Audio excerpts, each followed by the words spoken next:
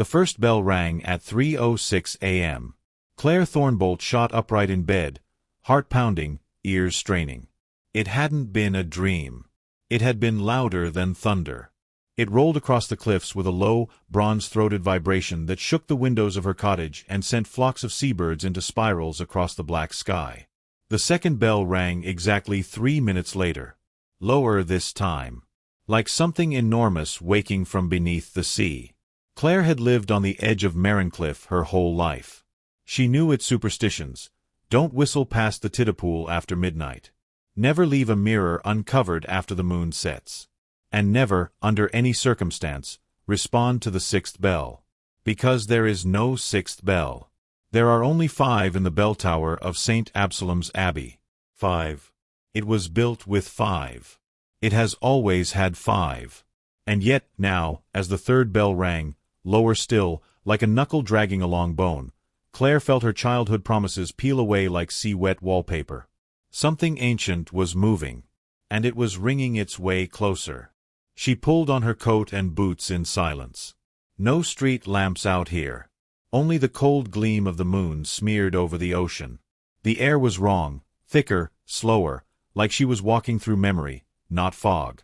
When she reached the abbey gates, they were already open. The bells were not automated. No one had used them in decades. No monks. No visitors. No one.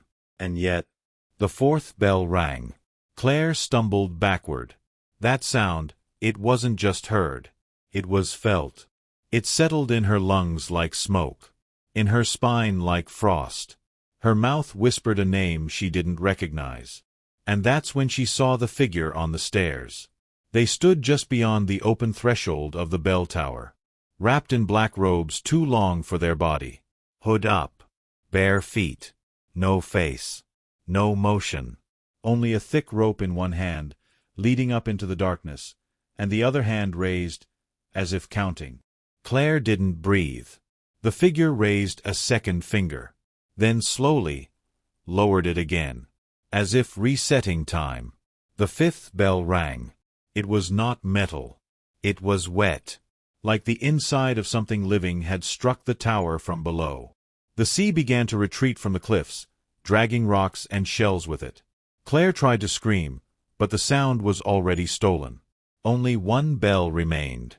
She turned and ran. But Marincliff was no longer hers. The paths curved backward. The roads looped. She found herself running through streets she'd never seen before, gaslit, damp, cobbled, full of windows that didn't open but blinked instead. Her boots soaked with salt water. Footsteps behind her. Soft. Inhumanly rhythmic. And then, she stopped. Not because she wanted to. Because her body refused to move. Ahead, the bell tower again. Closer now. But different. Taller than it had been. Dripping, as if pulled up from the sea rather than built upon the land. The sixth bell hadn't rung yet. It waited. Held back like breath before a scream. And someone, whispered beside her ear. You were always meant to answer this one. She turned. No one. But on her coat, 5 fingerprints, wet with brine. Then, beneath her boots, the cobblestones cracked. A name began to push upward from the stone itself. Clara Thornbolt. Misspelled. Not hers. Not quite. But close enough to summon something. And from the shadows, the robed figure appeared again. This time, its face was visible. It was hers. Or something that had worn her face wrong for far too long. Its mouth opened. Soundless. It raised a sixth finger. Held it. And the tower exhaled. But the bell did not ring. Not yet. Claire fell to her knees. Around her, the world began to reverse.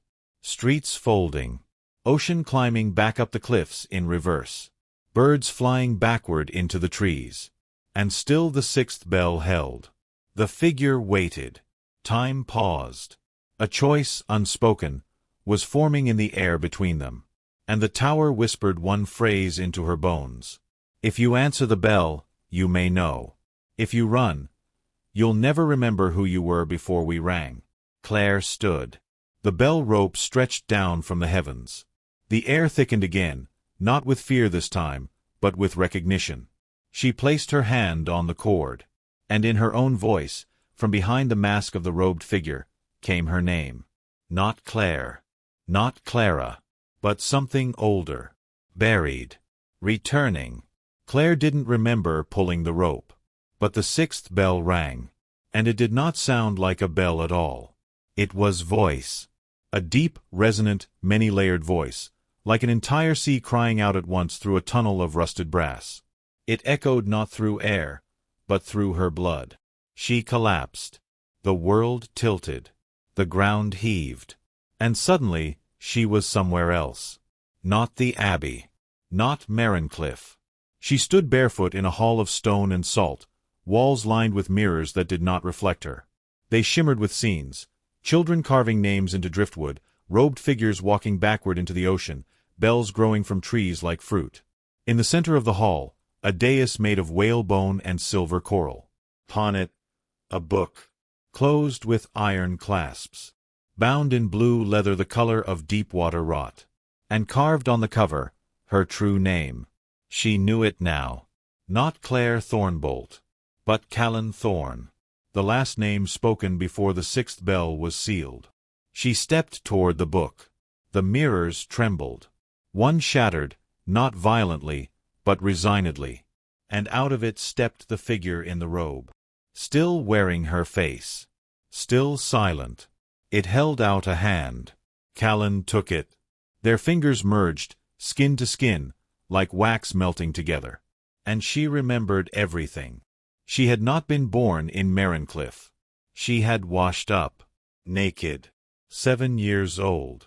No memory. Salt in her lungs. A bell had rung the night she arrived. Faint, dismissed. The sixth bell. And the monks of St. Absalom had said, "Another returner." They called her Claire, raised her among cliffs and candles, taught her not to ask why the sea sometimes pulled backwards before it screamed. But she had known. Deep inside. She was not from Marincliffe. She was sent back to it. The robed twin stepped behind her and placed its hands on her shoulders. Together, they opened the book. Inside, lists. Names written in ink that glimmered like oil. All of them followed by symbols. Some were marked with an O, offered. Others with a K, kept. A few had no mark at all. She flipped through page after page until she found her entry. Callan Thorne, no mark. Untouched, unclaimed, still in motion. And beside her name, just written, still wet. Bell 6 answered. Returner activated. Mirror intact. Suddenly, the book flared with light. The dais cracked, and the sea rushed in. She awoke beneath the bell tower. Still night. But now the stars were gone. In their place, thin slits of light above, like keyholes in a black ceiling. She stood slowly. Her boots were missing. In her pocket, a small shard of bell metal, warm to the touch, inscribed with the word, "Remember." And surrounding her on the floor, dozens of footprints in the dust. There. Webbed. And leading out of the tower. She followed. Back into Marincliffe. But the town wasn't sleeping anymore. Lights burned in windows. Figures stood on porches, silent, still, each holding something in their hands. Ropes, candles, rusted lanterns, keys. They watched her pass, but did not speak. Only nodded. As if recognizing something returned from a long absence. At the cliff's edge, she saw the ocean again. Only it wasn't rising anymore. It was retreating, pulled into itself, making room. And on the wet black rocks far below, a ship, but not one made of wood. It was woven, from bone, coral, and bells strung like sails. And aboard it, waiting, were the other 5. The other bell-bearers. Figures she'd never met, but knew. Each had answered their own call. Each had returned to this moment. One raised a hand to her. Callan hesitated, then stepped down the rocks. But before her foot touched the final stone, a cry pierced the sky. Not from a bell. From above. The stars, those slits of light, began to move. And something vast, watching through them, blinked. The sixth bell had not summoned a ship. It had alerted the watchers. Something was descending. Not fast. Not in fire. But in remembrance. Callan looked back to the village. Everyone was facing the sea now. Lanterns raised. Not afraid. Not surprised. As if this had happened before. And would happen again.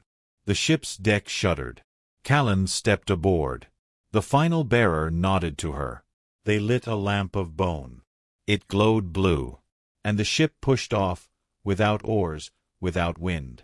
Gliding across the sea as if it were memory, not water. Above, the stars dimmed. And from beneath the surface, the seventh bell stirred, but did not ring.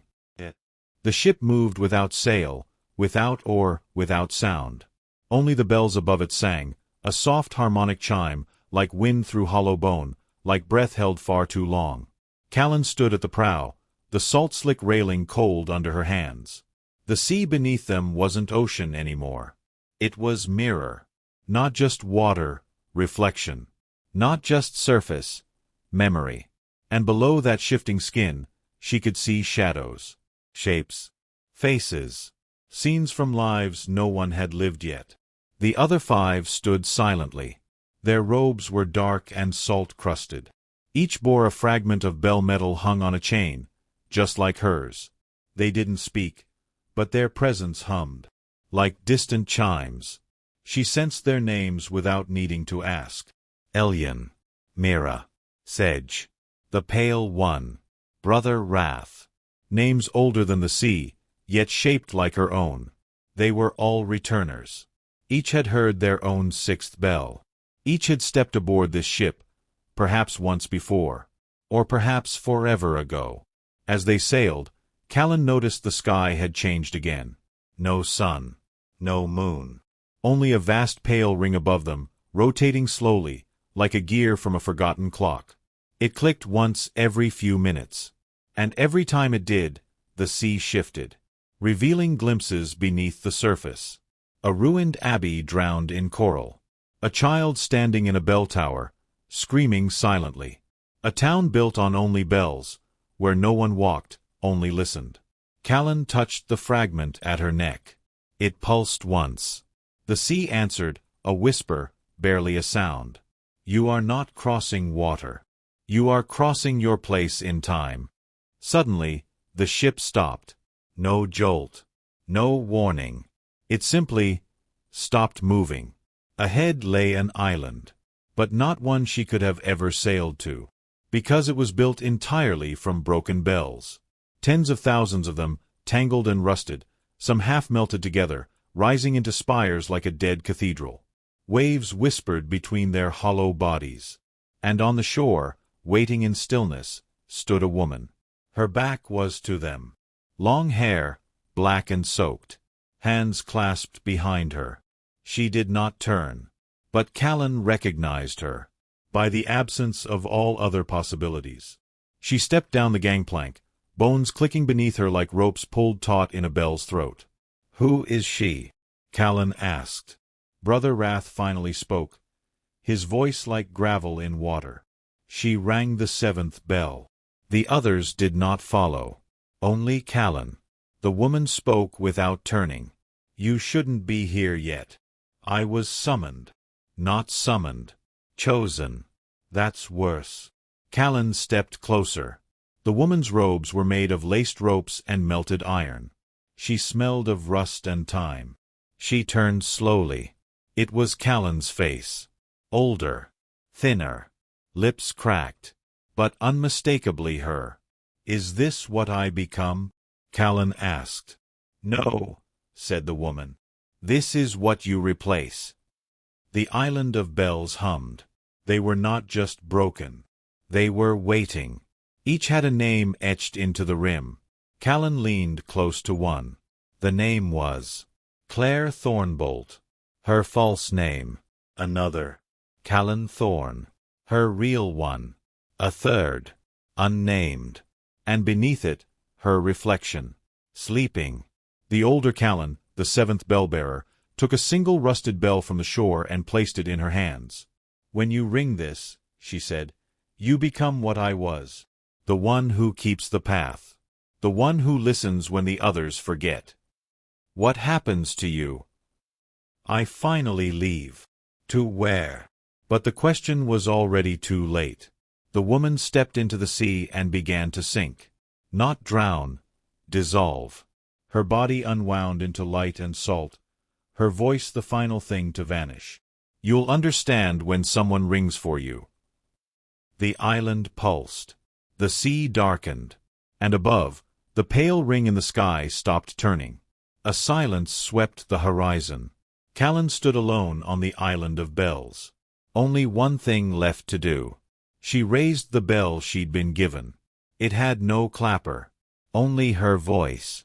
She rang it by speaking her name out loud. Not Callan. Not Claire. But the one that existed before both. She spoke it. The world split. She saw them all.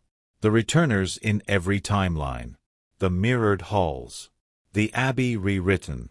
The moments where the bell chose someone else, and what happened when they didn't answer. She saw what she had been once. What she had been meant to do. And what she had avoided, until now. The seventh bell didn't summon gods. It closed unfinished rings. The sea calmed. The other returners bowed their heads.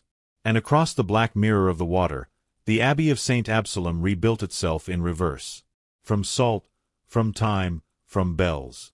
And this time, with a seventh tower. Waiting. For her. The island sank behind her. Callan stood now atop the seventh tower of St. Absalom's Abbey, a spire that had never existed in Marincliff's memory, yet had always cast its shadow. Below her, the sea, mirror-flat. Above her, the sky, motionless and pale.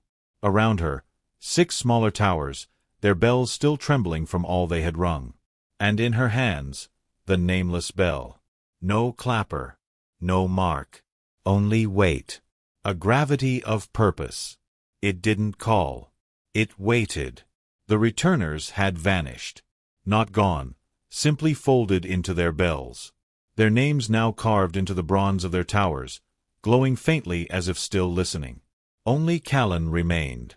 And now, footsteps. Not imagined. Not echoed. No. From the stairs below. One at a time. Measured. Deliberate. Each one older than the last. She did not run. She waited. And when the figure emerged, she recognized them not by face, but by what they were missing. They had no shadow. No reflection. And when they stepped into the circle of candlelight, the flames bent away from them. Their robe bore no insignia. Their hands were wrapped in bells too small to ring. They did not speak. But a question bloomed in Callan's mind like salt beneath the skin. "Do you wish to forget again?" Callan gripped the nameless bell. Her answer was calm. "No." "Do you wish to return?" She shook her head. "I already did." "Then you must ring for someone else." The figure reached into its robe and produced a mirror the size of a coin. It showed no image. Only a color, pale blue, like first light under water. The figure held it out to her. Callan pressed the bell against it. The mirror cracked. And from its fracture, a name spilled out. Not hers, but a girl's. A young voice. Calling. Asking why the 6th bell had gone silent. Callan understood now. The ringing wasn't for her. It was for the next returner. The one wandering cliffs in another version of Marincliff, hearing the ocean speak, afraid to look in mirrors too long. The one who'd begun forgetting their own reflection. It had always been like this. One remembers. One returns. One rings. So the next one might know they're not alone. She lifted the bell. Spoke the name. It wasn't loud. It wasn't bright. It was right.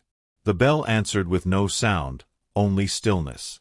And somewhere far beyond sea and salt and sleep, a candle flickered to life in a house with no windows. And someone whispered, "I hear it." The figure turned, descended. Callan remained. The seventh bell was silent once more, but now watched. Its tower permanent, its purpose sealed. The abbey would stand for another cycle, and she would guard the bell until the next question was asked. What happens when someone answers who was never supposed to hear it? But until then, she waited, and the bell waited with her.